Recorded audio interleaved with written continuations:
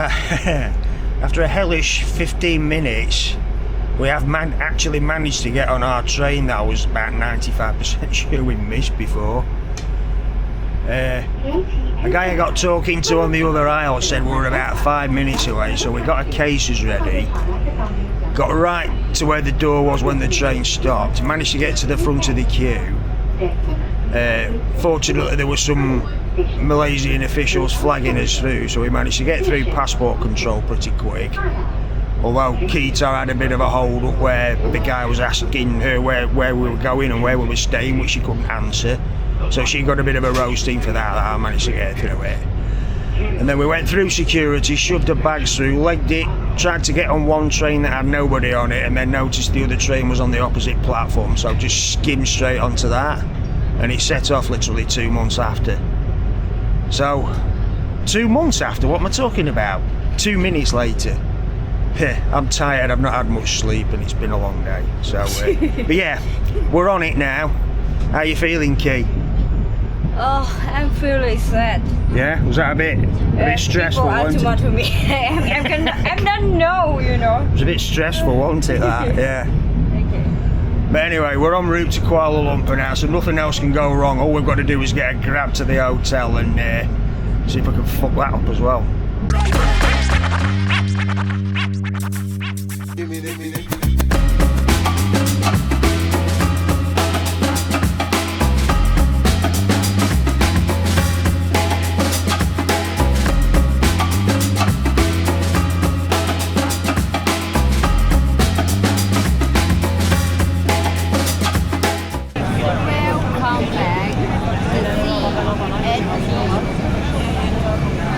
So in spite of all that, we are officially in Malaysia.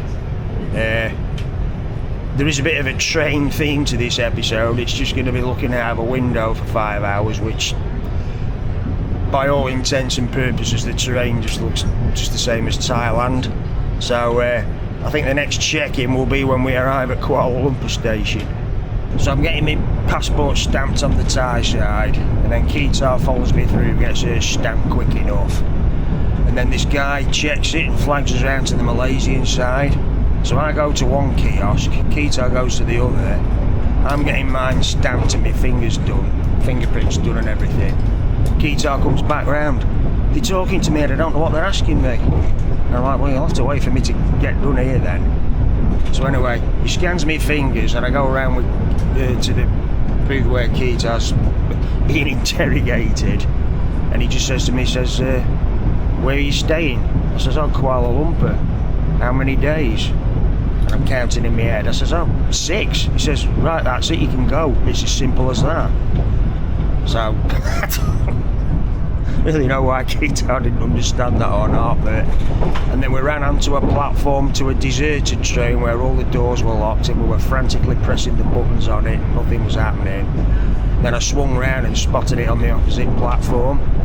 Door's still open, about 3 minutes to departure, so we just legged it on and just heaved a sigh of relief. And I think the door shut about 1.5 minutes after we got on. So that was probably the most intense 10 minutes I've had for quite a while now. But this one's only 5 hours. It's going 142 kilometres per hour, it said on the screen up there, so I think we'll have a bit of a rest and recuperate until we get to Kuala Lumpur now.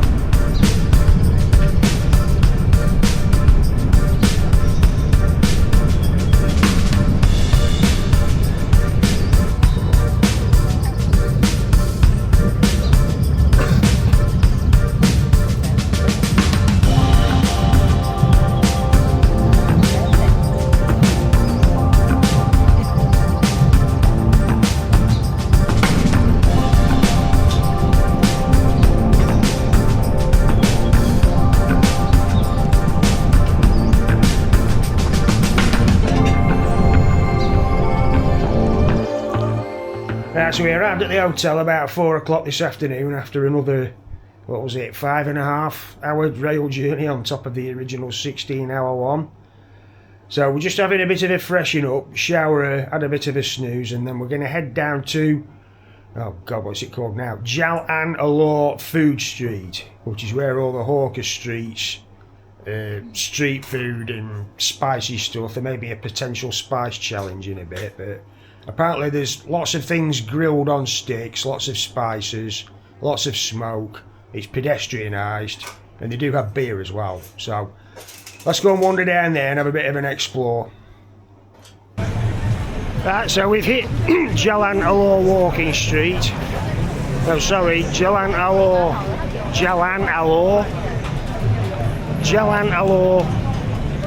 Food Street. Fucking hell, I'll get it right in a minute. Which looks to be like a very long kind of Khosan Road type of thing in Bangkok. So we'll take you down and back, take in the sights and the sounds, and see if anything smells tempting.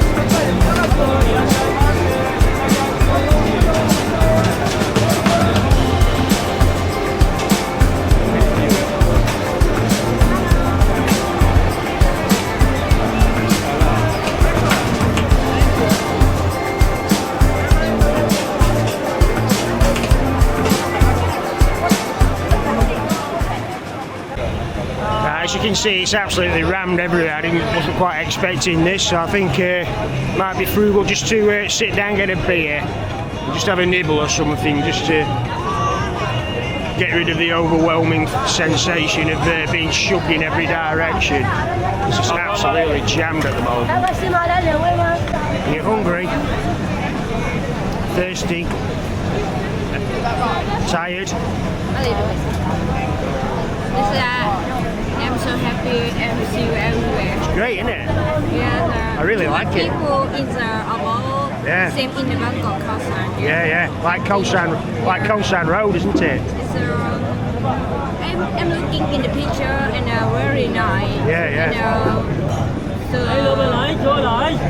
looks so good. Yeah. I want to try it. So good. So hungry now. Right, so I've ordered I think it was an Assam laksa. She said it was a little bit spicy, it's not overpowering. I need to build myself up to eating stronger stuff, so I'll see what this is like. Like a spicy broth noodle soup.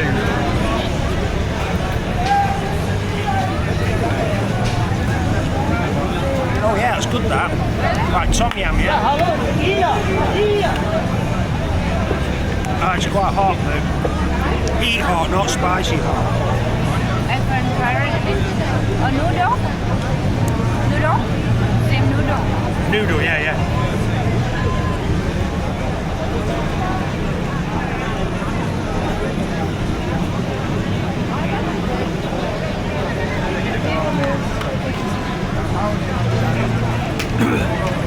It doesn't burn, it's just got that cough feeling at the end.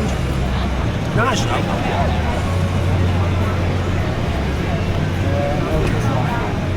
What did you get, Key? What's your dish? What you order? Can you remember? Is it clams? Yeah. Seafood? Yes. Yeah, spicy. I can see chilies on it, so it looks spicy. Taste spicy?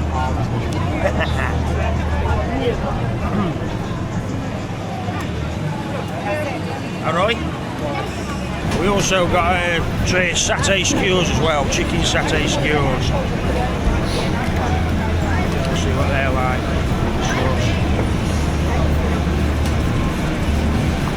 I don't think they're going to be that spicy, but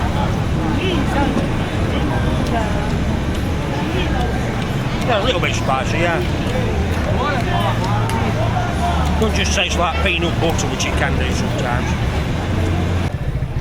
Right, so I have discovered kind of today that the currency is Malaysian ringgit, and it's abbreviated MYR, and you've roughly got, I think it's just over 5 to the pound. I'll put the proper conversions down here, but I'm getting around 5 to the pound, and prices don't seem that much different to Thailand really in the touristy places. I'm not sure what, I think beer's a bit more taxed here with it being a predominantly Muslim country, like you pay a bit more for drinking beer, but it sure ain't going to stop us.